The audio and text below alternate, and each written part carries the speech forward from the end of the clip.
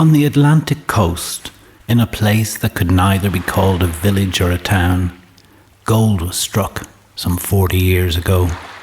Not gold as in gold, but the equivalent of gold.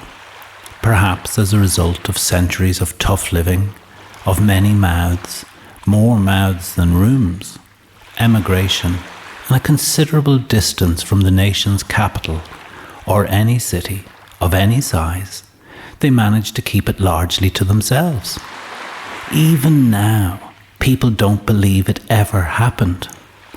They don't believe you when you tell them that in this small coastal village, population approximately 2,000, where the rain comes 4 ways at you at the same time, that at one point there were more millionaires in the square miles of the town, we'll call it a town, than any comparable space on earth. I mean, you don't believe me, but it's true. Any local will tell you. And while you should definitely be wary of local lore, your doubts of this fact suits everyone in the town just fine. I mean, the evidence is there. House upon house. Not all, of course, but so many. Vast houses, with more bedrooms and bathrooms, especially bathrooms, than mouths that now need feeding. And you may wonder how this happened.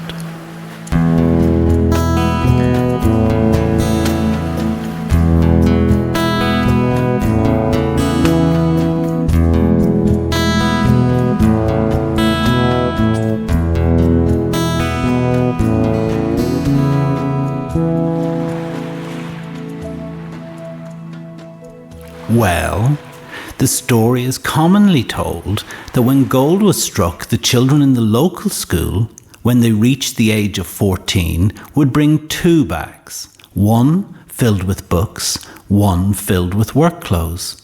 And as soon as the final bell at the school day's end rang, they would toss aside the book-filled bag and race to the factories and change into their work clothes.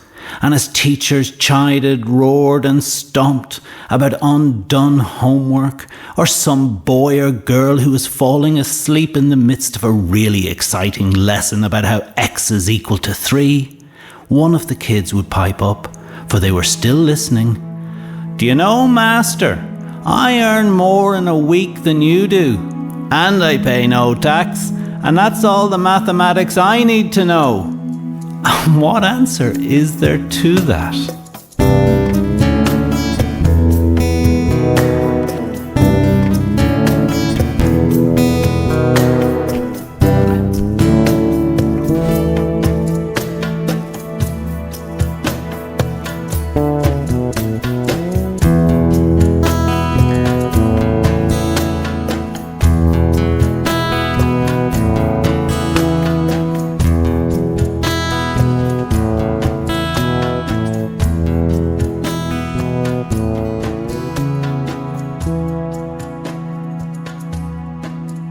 However, as wealth gathered and concentrated, not everything was smooth or perfect.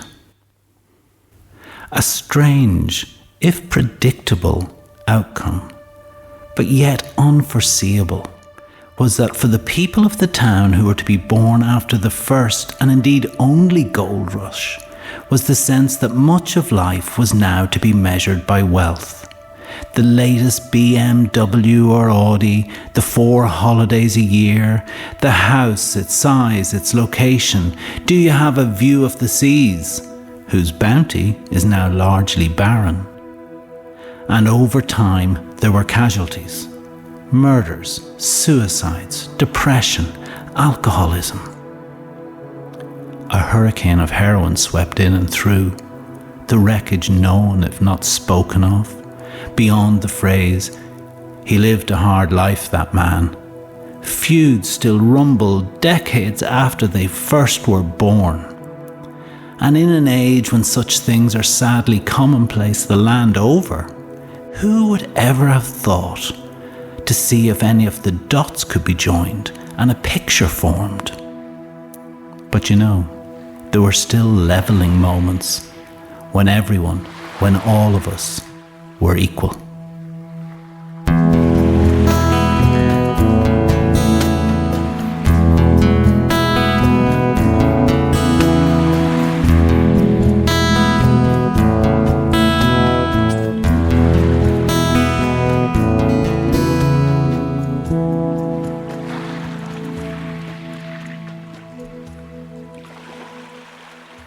At a recent funeral, after the sermon, the prayers, the eulogies, a choir rose, sweet in sound. Silence fell amongst us. The voices soared like a flock of starlings through the vault of the immaculately restored chapel, and then rested as one amongst us. The stilled silence met with the lonely call of ship and boat horns from the harbour, a keening tribute from the sea to the sailor, its emotional force enveloping, uplifting and anchoring us to the very ground we shared.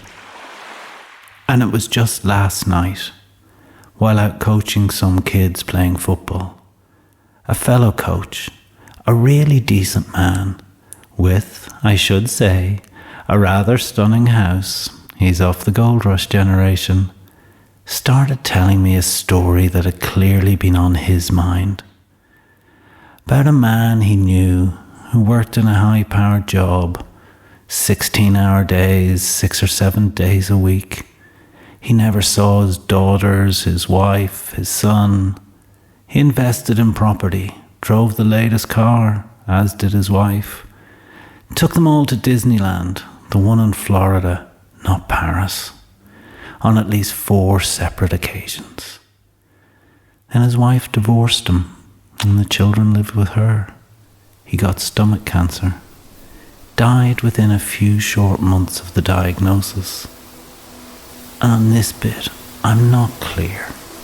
It was windy, and as my fellow coach spoke, I couldn't quite catch what he said, but I think he said that when the priest had asked the son what memory he would like to share of his father at the funeral, without hesitation, his son simply said, "It was the day we climbed the mountain, and we sat on the grass, just the two of us, in silence, and watched the sheep graze below us."